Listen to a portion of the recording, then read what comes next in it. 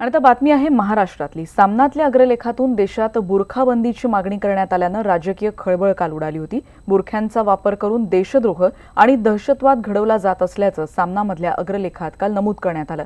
तर देशाचं संविधान शिवसेना समजू शकत नाही अशी टीका असदुद्दीन ओवैसी यांनी केली।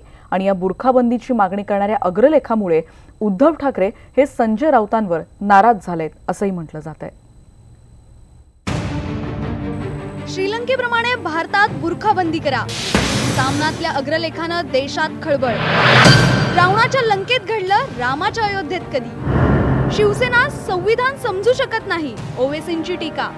पदर घेण्यावर बंदी घालणार का, ओवैसींचा सवाल।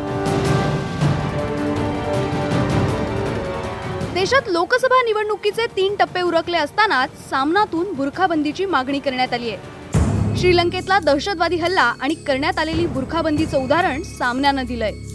असं असतानाच श्रीलंका, फ्रान्स आणि ब्रिटन सारखे देश कठोर पावलं उचलत असताना आपण तशी पावलं कधी उचलणार असा सवाल सामनानं केलाय।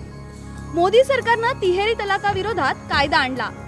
आता बुरखा आणि नकाबबंदी करण्याची मागणी सामनातून करण्यात आली।